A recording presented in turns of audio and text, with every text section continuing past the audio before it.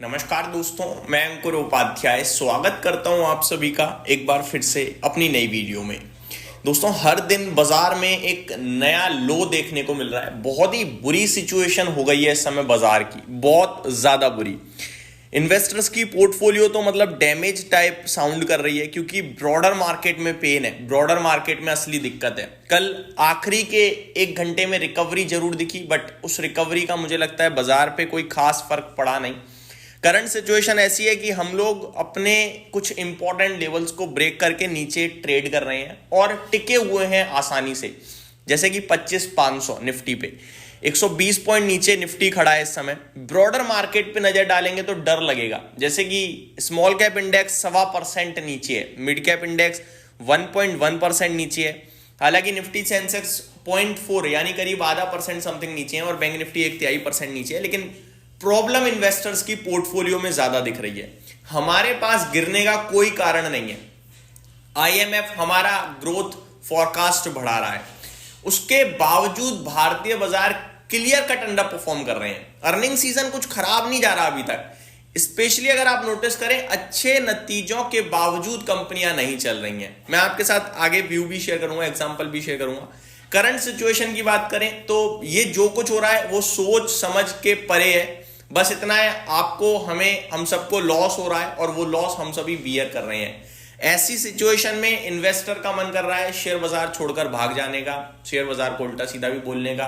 But उन सबसे actually में आउटकम आप अगर देखो तो नेगेटिव या फिर जीरो आएगा, कोई पॉजिटिव आउटकम नहीं है। तो मेरे हिसाब से तो यही है कि देखते हैं ये पेन कब तक चलता है और क्यों चल रहा है। मेन बात ये मुझे लगता है, कुछ बड़े इन्वेस्टर या तो बजट से रिलेटेड कुछ प्रिडिक्ट करके चल रहे हैं कि इस बार केपेक्स वगैरह घट सकता है, टैक्स कम आया है सरकार के पास, या आगे की नीतियां कुछ अटपटी हो सकती हैं, पता नहीं है। बट जो भी है ये बहुत भयंकर और भयानक हो रहा है। सबसे पहले मार्केट ब्रेथ पे नजर डालिए आप। 440 शेयर्स पॉजिटिव है एनएससी पे और 2000 शेयर्स नेगेटिव हैं। एक बढ़ने वाले शेयर के सामने करीब 5 गिरने वाले शेयर हैं एनएससी पे। ये डेटा आपको बता रहा है कि किस लेवल की वीकनेस है बाजार में। बीएससी पे नजर डालिए आप, एक बढ़ने वाले शेयर के सामने करीब 7 गिरने वाले शेयर्स खड़े हैं। बहुत ही बुरा हाल देखने को मिल रहा है। सेक्टर स्पेसिफिक एक भी ऐसा सेक्टर नहीं है जो हरे निशान में हो, सब लाल निशान में है। रियल एस्टेट तो ऐसा लग रहा है बिल्कुल ही खत्म हो जाएगा, डेली बेसिस पे टूट जाता है। 800 रियल एस्टेट का जो ऑल टाइम हाई है वो करीब 1150 का है, 52 वीक हाई 1050 का है और अभी 820 पे इंडेक्स ट्रेड कर रहा है आपके लिए। 2% आज भी नीचे है। आईटी 1.25% नीचे है। आईटी की बात करूं दोस्तों तो एलटीआई माइंट्री के नंबर्स आप ऊपर से नीचे तक देख लो, आपको कुछ खराबी नहीं मिलेगी। लेकिन एलटीआई माइंट्री का शेयर आपको 6.25% नीचे दिखाए, वो भी नतीजों की वजह से। गैप डाउन ओपन हुआ है, ऐसा नहीं है बाजार खुलने के बाद ओपन हुआ है, नीचे आया है ना। तो अच्छी चीजें भी नहीं चल रही हैं, खराब भी नहीं चल रही, खराब तो खैर क्यों ही चलेंगी। बट मार्केट टोटली बहुत वीक दिख रहा है, क्लियर कट सेलिंग प्रेशर देखने को मिल रहा है हम सभी को। आ जाते हैं दोस्तों एफआईडीएस के डेटा पे कल के। तो कल एफआईज ने बिकवाली करी, लेकिन ऐसी इतनी बड़ी बिकवाली नहीं थी कि हम ये सोचें कि यार इतना भयंकर क्रैश हो जाए या इतनी भयंकर गिरावट आ जाए ना, कुछ भी नहीं। ऐसा लग रहा है कि प्रेसिडेंट ट्रंप अमेरिका के प्रेसिडेंट नहीं, भारत के प्रेसिडेंट हैं। वो कुछ भी करते हैं अमेरिका के लिहाज से, अदर कंट्रीज के लिहाज से, इंपैक्ट सबसे पहले हम पे आता है। कल उन्होंने कहा कि नॉर्वे के लीडर के लिए एक चिट्ठी लिख दी कि भैया आपने मुझे नोबेल प्राइज नहीं दिया ना पीस का, तो अब आप झेलो, मैंने कोई शांति का ठेका थोड़ी लिया है, मैं तो हुड़दंग मचाऊंगा जब तक ग्रीनलैंड मुझे नहीं मिल जाएगा। तो ये तो अलग ही तरीके की बात हो गई भाई कि आपको पीस नहीं मिला तो अब आप शोर कर रहे हो। आप सभी न्यूट्रल हैं, आप भी न्यूट्रल हो, पीस किसी पर्टिकुलर पर्सन को ही मिल सकता है।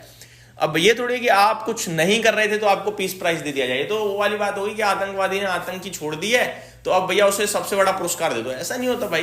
तो ये बात नहीं समझ रहे हैं वो, जो भी है दिख रहा है हम सभी को, बहुत परेशानी दिख रही है इस समय। अब आते हैं दोस्तों मार्केट्स के टॉप स्टॉक्स पे। आज तेजी दिख रही है जेके सीमेंट, जिंदाल 100, दीपक नाइट्राइट, दालमिया भारत सीमेंट पे, जेएमडीसी में गिरावट, आदित्य बिरला फैशन, इसमें ब्लॉक डील का आज कुछ इंपैक्ट है आई थिंक। एलटीआई माइंट्री भी नीचे है, ओब्रो रियलिटी भी नीचे है, द लीला होटल्स नीचे है, ओला इलेक्ट्रिक नीचे है। यहाँ पे ओला इलेक्ट्रिक के मैनेजमेंट से रिलेटेड नेगेटिव न्यूज आते हुए दिखी आई थिंक।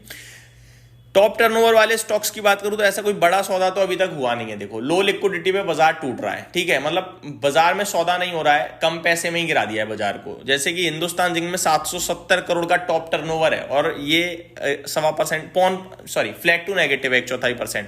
हिंदुस्तान कॉपर में 523 करोड़ का टर्नओवर है, एचडीएफसी बैंक में 450 करोड़ का है। तो बड़े लेवल पे सौदा नहीं हो रहा है, बस स्टॉक नीचे जा रहे हैं। अब बात करते हैं दोस्तों आप सभी के साथ रिसेंटली लिस्टेड स्टॉक्स के बारे में। तो अगर भारत कुकिंग कोल 3% आज फिर से ऊपर आता हुआ दिख रहा है। निफ्टी में 7 स्टॉक्स नेगेटिव है, 7 पॉजिटिव है, 43 नेगेटिव है। बजाज फाइनेंस, बजाज फिनसर्व, कोल इंडिया, ट्रेंड टॉप लूजर है। वो जो पॉजिटिव है उनमें एनटीपीसी लीड कर रहा है, कोटक बैंक, हिंदुस्तान यूनिलीवर भी अच्छा करता हुआ दिख रहा है आप सभी को इस समय। दोस्तों गिरावट पूरी तरीके से भरमार, मतलब पूरी तरीके से बाजार पे इंपैक्ट डाल रही है अपना। रिजल्ट्स की बात करें तो अच्छे नंबर्स पे भी बाजार चलने को तैयार हो नहीं रहे हैं और खराब नंबर्स पे बाजार गिर जरूर रहे हैं, ये हमें क्लियर कट देखने को मिल रहा है। अब बात करते हैं दोस्तों आगे क्या करें, इसके बारे में अभी डिस्कस करना बहुत ही ज्यादा मेरे को लगता है जल्दबाजी होगी, कुछ नहीं करना चाहिए, क्योंकि मैं मंदी की कॉल तो नहीं दे सकता, वो भी ऐसे बाजार में जहां पे लिक्विडिटी के बिना बाजार तोड़ा जा रहा है। ऐसा लग रहा है कि जानबूझ के पैनिक क्रिएट किया जा रहा है और छोटे इन्वेस्टर से सौदा खींचा जा रहा है। तो मैं बिल्कुल नहीं बोलूंगा कि आप बेच कर जाओ, सौदा काट कर जाओ, मैं कहूंगा होल्ड करो, बैठे रहो, वो ज्यादा बेटर है आपके लिए निश्चिंत तौर पे। बात करें दूसरी आप सभी के साथ दोस्तों, तो आपके लिए तेजी केवल और केवल हो रही है तो वो सोना चांदी में हो रही है। एक बार फिर सिल्वर और gold fresh life high hit करते हुए दिखे। शुरुआत थोड़ी मंदी हुई थी, शुरुआती 2 मिनट तक सिल्वर नीचे लाल निशान में था, 4,000 रुपए समथिंग नीचे, लेकिन वहां से तुरंत रिवर्सल आया। करंट सिचुएशन ऐसी है कि चांदी 7,000 रुपए दोबारा महंगा हो गया है और सोना भी 2,200 रुपए महंगा होता हुआ दिख रहा है। चांदी का फ्रेश लाइफ हाई अभी आ रहा है 3,17,600 पे और वहीं गोल्ड 1,87,850 पे ट्रेड करता हुआ दिख रहा है। तो ये मेरी तरफ से अपडेट थी। Thank you so much for watching this video. Have a great day guys.